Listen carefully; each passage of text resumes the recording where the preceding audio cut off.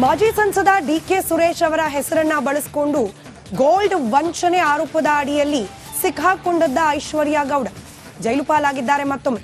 ಆದರೆ ಕೇವಲ ಇದೊಂದೇ ಒಂದು ವಂಚನೆ ಪ್ರಕರಣ ಅಲ್ಲ, ಈಕೆ ಸಾಕಷ್ಟು ಜನರಿಗೆ ವಂಚನೆಯ ಕೆಡ್ಡಕ್ಕೆ ಕೆಡವಿದ್ಲು ಅನ್ನೋದಕ್ಕೆ ಸಾಕ್ಷ್ಯಗಳು ಇದೀಗ ಒಂದೊಂದಾಗಿ ಹೊರಬರ್ತಾ ಇದೆ. ಅದರಲ್ಲೂ ಐಶ್ವರ್ಯ ಗೌಡ ವಿರುದ್ಧ ಒಂದು ಪ್ರಕರಣ ದಾಖಲಾಗ್ತಾ ಇದ್ದ ಹಾಗೆ ಇನ್ನು ಅನೇಕರು ಈಕೆಯಿಂದ ಮೋಸಕ್ಕೊಳಗಾದವರು ಬಹಿರಂಗವಾಗಿ ಬಂದು ಹೊಸದಾಗಿ ಕಂಪ್ಲೇಂಟ್ ಕೊಡ್ಲಿಕ್ಕೆ ಮುಂದಾಗ್ತಾ ಇದ್ದಾರೆ. ಹಾಗೆ ಮಂಜುಳಾ ಅನ್ನುವವರಿಗೂ ಕೂಡ ಸರಿಸುಮಾರು 2.5 ಕೋಟಿ ವಂಚಿಸಿದ್ರು ಐಶ್ವರ್ಯ ಗೌಡ ಅನ್ನೋ ಆರೋಪ ಕೇಳೋಕ್ ಸಿಕ್ಕಿದೆ. ಇದರ ಜೊತೆಗೆ ಬಹಳ ಇಂಟ್ರೆಸ್ಟಿಂಗ್ಲಿ ಕೇವಲ ಡಿಕೆ ಸುರೇಶ್ ಅವರ ಹೆಸರು ಮಾತ್ರ ಅಲ್ಲ, ಬೇರೆ ಬೇರೆ ರಾಜಕಾರಣಿಗಳ ಹೆಸರು ಕೂಡ ಇಲ್ಲಿ ದುರ್ಬಳಕೆ ಆಯ್ತಾ, ಐಶ್ವರ್ಯ ಗೌಡಗೆ ನಿಜಕ್ಕೂ ಕೆಲ ಪ್ರಭಾವಿ ರಾಜಕಾರಣಿಗಳ ಜೊತೆಯಲ್ಲಿ ಸಂಪರ್ಕ ಇತ್ತ ಅನ್ನೋದಕ್ಕೂ ಕೂಡ ಕೆಲ ಅನುಮಾನಗಳು ಎಡೆ ಮಾಡಿಕೊಡ್ತಾ ಇದೆ. ಐಶ್ವರ್ಯ ಗೌಡ ಹಾಗೆ ವಿನಯ್ ಕುಲಕರ್ಣಿ ಅವರಿಗೆ ಲಿಂಕ್ ಇತ್ತ ಅನ್ನೋ ಅನುಮಾನ.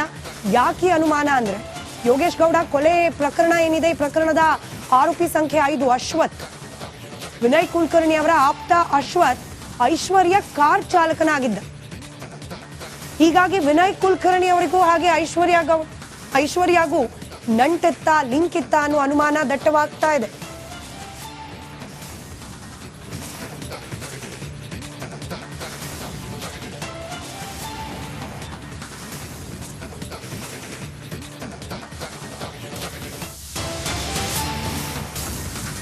ಇನ್ನು ಐಶ್ವರ್ಯ ಗೌಡ ವಂಚನೆ ಪ್ರಕರಣಕ್ಕೆ ಸಂಬಂಧಪಟ್ಟಂತೆ ಈಗ ಆಲ್ರೆಡಿ ಒಂದು ಸುತ್ತಿನ ದಾಳಿಯನ್ನ ನಡೆಸಿದ್ರು ಪೊಲೀಸರು ಐಶ್ವರ್ಯ ಗೌಡ ಮನೆ ಮೇಲೆ. ಈ ಕಳೆದೋಗಿರೋ ಚಿನ್ನ ಎಲ್ಲಿದೆ ಅನ್ನೋ ಪತ್ತೆ ಮಾಡುವ ಭಾಗವಾಗಿ ಆ ದಾಳಿ ಆಗಿತ್ತು. ಆ ಸಂದರ್ಭದಲ್ಲಿ ಐಶ್ವರ್ಯ ಗೌಡ ಅವರಿಗೆ ಸಂಬಂಧಪಟ್ಟ ಒಂದಷ್ಟು ಐಷಾರಾಮಿ ಕಾರ್ಗಳನ್ನ ಸೀಸ್ ಮಾಡಿದ್ರು ಕೂಡ ಪೊಲೀಸರು. ಆದ್ರೆ ಈಕೆಗೆ ಸಂಬಂಧಪಟ್ಟ 2 ಕಾರ್ಗಳು ಮಿಸ್ಸಿಂಗ್ ಆಗಿದೆ. 2 ಬೆನ್ಸ್ ಕಾರ್ ಸೀಸ್ ಮಾಡೋದು ಬಾಕಿ ಇದೆ ಪೊಲೀಸರು.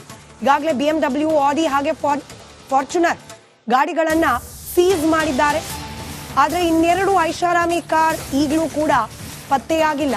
ವಿಚಾರಣೆ ಸಂದರ್ಭದಲ್ಲಿ ಇದ್ರ ಬಗ್ಗೆ ಪ್ರಶ್ನೆ ಕೇಳಿದ್ರೆ ನನಗೆ ಗೊತ್ತಿಲ್ಲ ಅಂತಿದ್ದಾರಂತೆ ಐಶ್ವರ್ಯ ಗೌಡ.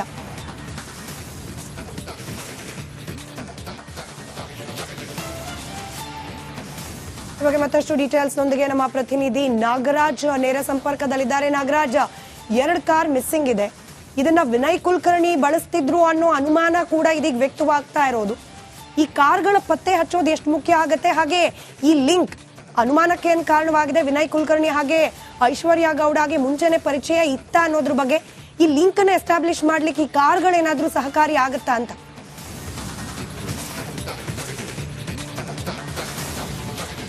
ಖಂಡಿತ ಸ್ಮಿತಾ, ಏನು ಈ ಒಂದು ಪ್ರಕರಣದಲ್ಲಿ ಪೊಲೀಸರು ತನಿಖೆಗಿಳಿದಂತೆ ಏನು ಈ ಹಿಂದೆ 3 ಐಷಾರಾಮಿ ಕಾರ್ಗಳನ್ನ ಸೀಸ್ ಮಾಡಿದ್ರು. ಅಲ್ಲದೆ ಇನ್ನೊಂದು ವಿಚಾರ ಗೊತ್ತಾಗುತ್ತೆ, ಈ ದಾಳಿ ವೇಳೆಯಲ್ಲಿ ಈಕೆ ಬಳಿ ಇನ್ನ 2 ಐಷಾರಾಮಿ ಕಾರ್ಗಳು ಇರಬೇಕು ಅಂತಂತೇಳಿ ಅವುಗಳ ಮೂಲವನ್ನ ಪತ್ತೆ ಹಚ್ಚೋದಕ್ಕೆ ಮುಂದಾದಂತ ಸಂದರ್ಭದಲ್ಲಿ ಒಂದು ಕಾರನ್ನ ವಿನಯ್ ಕುಲಕರ್ಣಿಗೆ ನೀಡಲಾಗಿದೆ ಅನ್ನೋ ಮಾಹಿತಿ ಸಿಕ್ಕಿರ್ತಕ್ಕಂಥದ್ದು. ಆದ್ರೆ ಇದುವರೆಗೂ ಪೊಲೀಸರಿಗೆ ವಿನಯ್ ಕುಲಕರ್ಣಿ ಬರೀ ಕಾರ್ ಇರೋದ್ರ ಬಗ್ಗೆ ಆಗ್ಲಿ ಅಥವಾ ಅಲ್ಲಿ ಅವರ ಬಳಿಯಿಂದ ವಶಪಡಿಸಿಕೊಂಡಿರೋದಾಗ್ಲಿ ಏನೂ ಆಗಿಲ್ಲ. ಆದ್ರೆ ಐಶ್ವರ್ಯ ಗೌಡ ಕಡೆಯಿಂದ ಒಂದಷ್ಟು ಮಾಹಿತಿಯನ್ನು ಪೊಲೀಸರು ಏನು ಸಂಗ್ರಹಿಸಿದೆ ಅದರಲ್ಲಿ ಗೊತ್ತಾಗಿದೆ, ಇದು ಒಂದು ಕಾರಣ ವಿನಯ್ ಕುಲಕರ್ಣಿ ಅವರಿಗೆ ನೀಡಲಾಗಿದೆ 2 ಬೆಂಜ್ ಕಾರ್ಗಳಲ್ಲಿ ಒಂದನ್ನ ಅಂತಂತೇಳಿ ಮಾಹಿತಿ ಸಿಕ್ಕಿರ್ತಕ್ಕಂಥದ್ದು. ಒಂದು ವೇಳೆ ಆ ರೀತಿಯಾಗಿ ಐಶ್ವರ್ಯ ಗೌಡ ಕಾರು ವಿನಯ್ ಕುಲಕರ್ಣಿ ಹತ್ರ ಸಿಕ್ಕಿದ್ದೆ ಆದ್ರೆ ಈ ಒಂದು ಆಧಾರದಲ್ಲಿ ಐಶ್ವರ್ಯ ಗೌಡ ಮತ್ತೆ ವಿನಯ್ ಕುಲಕರ್ಣಿ ನಡುವೆ ವ್ಯಾವಹಾರಿಕ ಒಡನಾಟ ಇತ್ತು ಅನ್ನೋದು ರುಜುವಾತಾಗುವಂಥದ್ದು. ಸದ್ಯಕ್ಕೆ ಈ ಬಗ್ಗೆ ಪೊಲೀಸರು ಹೆಚ್ಚಿನ ತನಿಖೆಯನ್ನ ಮಾಡ್ತಾ ಇರ್ತಕ್ಕಂಥದ್ದು ಒಂದು ಭಾಗ. ಆದ್ರೆ ಈಗಾಗಲೇ ಏನು 2 ಪ್ರಕರಣ ಚಂದ್ರಲೇಔಟ್ ಮತ್ತೆ RR ನಗರದಲ್ಲಿ ಪ್ರಕರಣಗಳು ದಾಖಲಾಗಿದ್ವು, ಅದರಲ್ಲಿ ಹೈಕೋರ್ಟ್ ಮಧ್ಯಂತರ ಜಾಮೀನು ನೀಡಿದೆ. ಈಗ RR ನಗರದಲ್ಲಿ ಮತ್ತೊಂದು FIR ದಾಖಲಾಗಿದೆ. ಇದಕ್ಕೆ ಸಂಬಂಧಿಸಿದಂತೆ ಪೊಲೀಸರ ಕ್ರಮ ಯಾವ ರೀತಿ ಇರುತ್ತೆ, ಮತ್ತೆ ಯಾಕಂತಂದ್ರೆ 2 ಪ್ರಕರಣಗಳಲ್ಲಿ ಜೈಲಿಗೆ ಹೋಗೋ ಮುನ್ನವೇ ಮಧ್ಯಂತರ ಜಾಮೀನು ಸಿಗ್ತಾ ಇರೋದ್ರಿಂದ ಐಶ್ವರ್ಯ ಗೌಡ ವಿಚಾರದಲ್ಲಿ ಪೊಲೀಸರ ತನಿಖೆಯ ವಿಧಾನ ಯಾವ ರೀತಿ ಇರುತ್ತೆ ಅನ್ನೋದು ಈಗ ಸದ್ಯಕ್ಕೆ ಕುತೂಹಲ ಆಗಿರ್ತಕ್ಕಂಥದ್ದು. ಸ್ಮಿತಾ, ಧನ್ಯವಾದ ನಾಗರಾಜ್ ಮಾಹಿತಿಗಾಗಿ.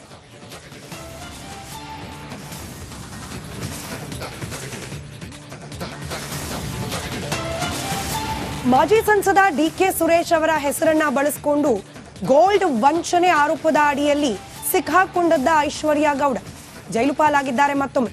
ಆದ್ರೆ ಕೇವಲ ಇದೊಂದೇ ಒಂದು ವಂಚನೆ ಪ್ರಕರಣ ಅಲ್ಲ, ಈಕೆ ಸಾಕಷ್ಟು ಜನರಿಗೆ ವಂಚನೆಯ ಕೆಡ್ಡಕ್ಕೆ ಕೆಡವಿದ್ಲು ಅನ್ನೋದಕ್ಕೆ ಸಾಕ್ಷ್ಯಗಳು ಇದೀಗ ಒಂದೊಂದಾಗಿ ಹೊರಬರ್ತಾ ಇದೆ.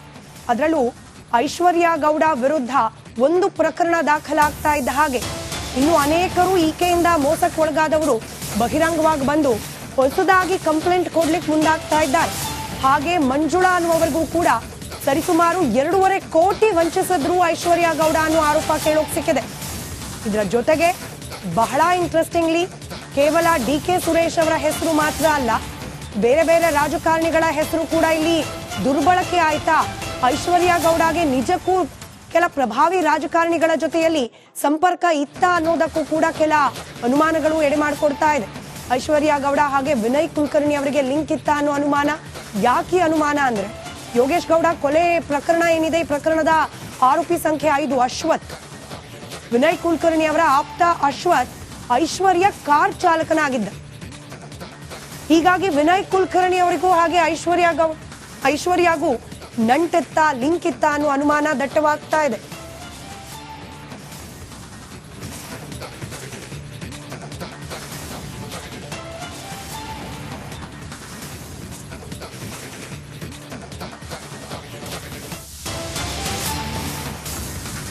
ಇನ್ನು ಐಶ್ವರ್ಯ ಗೌಡ ವಂಚನೆ ಪ್ರಕರಣಕ್ಕೆ ಸಂಬಂಧಪಟ್ಟಂತೆ ಈಗ ಆಲ್ರೆಡಿ ಒಂದು ಸುತ್ತಿನ ದಾಳಿಯನ್ನ ನಡೆಸಿದ್ರು ಪೊಲೀಸರು ಐಶ್ವರ್ಯ ಗೌಡ ಮನೆ ಮೇಲೆ. ಈ ಕಳೆದೋಗಿರೋ ಚಿನ್ನ ಎಲ್ಲಿದೆ ಅನ್ನೋ ಪತ್ತೆ ಮಾಡುವ ಭಾಗವಾಗಿ ಆ ದಾಳಿ ಆಗಿತ್ತು. ಆ ಸಂದರ್ಭದಲ್ಲಿ ಐಶ್ವರ್ಯ ಗೌಡ ಅವರಿಗೆ ಸಂಬಂಧಪಟ್ಟ ಒಂದಷ್ಟು ಐಷಾರಾಮಿ ಕಾರ್ಗಳನ್ನ ಸೀಸ್ ಮಾಡಿದ್ರು ಕೂಡ ಪೊಲೀಸರು. ಆದ್ರೆ ಈಕೆಗೆ ಸಂಬಂಧಪಟ್ಟ 2 ಕಾರ್ಗಳು ಮಿಸ್ಸಿಂಗ್ ಆಗಿದೆ. 2 ಬೆನ್ಸ್ ಕಾರ್ ಸೀಸ್ ಮಾಡೋದು ಬಾಕಿ ಇದೆ ಪೊಲೀಸರು.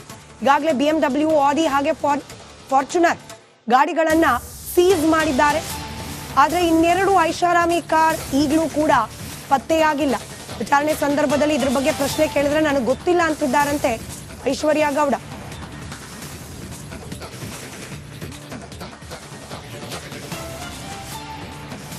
ಇವಾಗ ಮತ್ತಷ್ಟು ಡೀಟೇಲ್ಸ್ ನೊಂದಿಗೆ ನಮ್ಮ ಪ್ರತಿನಿಧಿ ನಾಗರಾಜ್ ನೇರ ಸಂಪರ್ಕದಲ್ಲಿದ್ದಾರೆ. ನಾಗರಾಜ್, 2 ಕಾರ್ ಮಿಸ್ಸಿಂಗ್ ಇದೆ.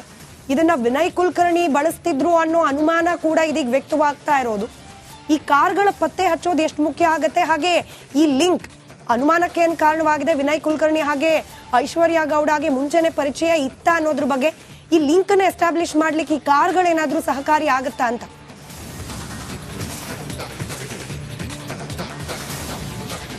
ಖಂಡಿತ ಸ್ಮಿತಾ, ಏನು ಈ ಒಂದು ಪ್ರಕರಣದಲ್ಲಿ ಪೊಲೀಸರು ತನಿಖೆಗಿಳಿದಂತೆ ಏನು ಈ ಹಿಂದೆ 3 ಐಷಾರಾಮಿ ಕಾರ್ಗಳನ್ನ ಸೀಸ್ ಮಾಡಿದ್ರು. ಅಲ್ಲದೆ ಇನ್ನೊಂದು ವಿಚಾರ ಗೊತ್ತಾಗುತ್ತೆ, ಈ ದಾಳಿ ವೇಳೆಯಲ್ಲಿ ಈಕೆ ಬಳಿ ಇನ್ನ 2 ಐಷಾರಾಮಿ ಕಾರ್ಗಳು ಇರಬೇಕು ಅಂತಂದೇಳಿ ಅವುಗಳ ಮೂಲವನ್ನ ಪತ್ತೆ ಹಚ್ಚೋದಕ್ಕೆ ಮುಂದಾದಂತ ಸಂದರ್ಭದಲ್ಲಿ ಒಂದು ಕಾರನ್ನ ವಿನಯ್ ಕುಲಕರ್ಣಿಗೆ ನೀಡಲಾಗಿದೆ ಅನ್ನೋ ಮಾಹಿತಿ ಸಿಕ್ಕಿರ್ತಕ್ಕಂಥದ್ದು. ಆದ್ರೆ ಇದುವರೆಗೂ ಪೊಲೀಸರಿಗೆ ವಿನಯ್ ಕುಲಕರ್ಣಿ ಬರೀ ಕಾರ್ ಇರೋದ್ರ ಬಗ್ಗೆ ಆಗ್ಲಿ ಅಥವಾ ಅಲ್ಲಿ ಅವರ ಬಳಿಯಿಂದ ವಶಪಡಿಸಿಕೊಂಡಿರೋದಾಗ್ಲಿ ಏನೂ ಆಗಿಲ್ಲ. ಆದ್ರೆ ಐಶ್ವರ್ಯ ಗೌಡ ಕಡೆಯಿಂದ ಒಂದಷ್ಟು ಮಾಹಿತಿಯನ್ನು ಪೊಲೀಸರು ಏನು ಸಂಗ್ರಹಿಸಿದೆ ಅದರಲ್ಲಿ ಗೊತ್ತಾಗಿದೆ ಇದು ಒಂದು ಕಾರಣ ವಿನಯ್ ಕುಲಕರ್ಣಿ ಅವರಿಗೆ ನೀಡಲಾಗಿದೆ 2 ಬೆಂಜ್ ಕಾರ್ಗಳಲ್ಲಿ ಒಂದನ್ನ ಅಂತೇಳಿ ಮಾಹಿತಿ ಸಿಕ್ಕಿರ್ತಕ್ಕಂಥದ್ದು. ಒಂದು ವೇಳೆ ಆ ರೀತಿಯಾಗಿ ಐಶ್ವರ್ಯ ಗೌಡ ಕಾರು ವಿನಯ್ ಕುಲಕರ್ಣಿ ಹತ್ರ ಸಿಕ್ಕಿದ್ದೆ ಆದ್ರೆ ಈ ಒಂದು ಆಧಾರದಲ್ಲಿ ಐಶ್ವರ್ಯ ಗೌಡ ಮತ್ತೆ ವಿನಯ್ ಕುಲಕರ್ಣಿ ನಡುವೆ ವ್ಯಾವಹಾರಿಕ ಒಡನಾಟ ಇತ್ತು ಅನ್ನೋದು ರುಜುವಾತಾಗುವಂಥದ್ದು. ಸದ್ಯಕ್ಕೆ ಈ ಬಗ್ಗೆ ಪೊಲೀಸರು ಹೆಚ್ಚಿನ ತನಿಖೆಯನ್ನ ಮಾಡ್ತಾ ಇರ್ತಕ್ಕಂಥದ್ದು ಒಂದು ಭಾಗ. ಆದ್ರೆ ಈಗಾಗಲೇ ಏನು 2 ಪ್ರಕರಣ ಚಂದ್ರಲೇಔಟ್ ಮತ್ತೆ RR ನಗರದಲ್ಲಿ ಪ್ರಕರಣಗಳು ದಾಖಲಾಗಿದ್ವು, ಅದರಲ್ಲಿ ಹೈಕೋರ್ಟ್ ಮಧ್ಯಂತರ ಜಾಮೀನು ನೀಡಿದೆ. ಈಗ RR ನಗರದಲ್ಲಿ ಮತ್ತೊಂದು FIR ದಾಖಲಾಗಿದೆ. ಇದಕ್ಕೆ ಸಂಬಂಧಿಸಿದಂತೆ ಪೊಲೀಸರ ಕ್ರಮ ಯಾವ ರೀತಿ ಇರುತ್ತೆ, ಮತ್ತೆ ಯಾಕಂತಂದ್ರೆ 2 ಪ್ರಕರಣಗಳಲ್ಲಿ ಜೈಲಿಗೆ ಹೋಗೋ ಮುನ್ನವೇ ಮಧ್ಯಂತರ ಜಾಮೀನು ಸಿಗ್ತಾ ಇರೋದ್ರಿಂದ ಐಶ್ವರ್ಯ ಗೌಡ ವಿಚಾರದಲ್ಲಿ ಪೊಲೀಸರ ತನಿಖೆಯ ವಿಧಾನ ಯಾವ ರೀತಿ ಇರುತ್ತೆ ಅನ್ನೋದು ಈಗ ಸದ್ಯಕ್ಕೆ ಕುತೂಹಲ ಆಗಿರ್ತಕ್ಕಂಥದ್ದು. ಸ್ಮಿತಾ, ಧನ್ಯವಾದ ನಾಗರಾಜ್ ಮಾಹಿತಿಗಾಗಿ.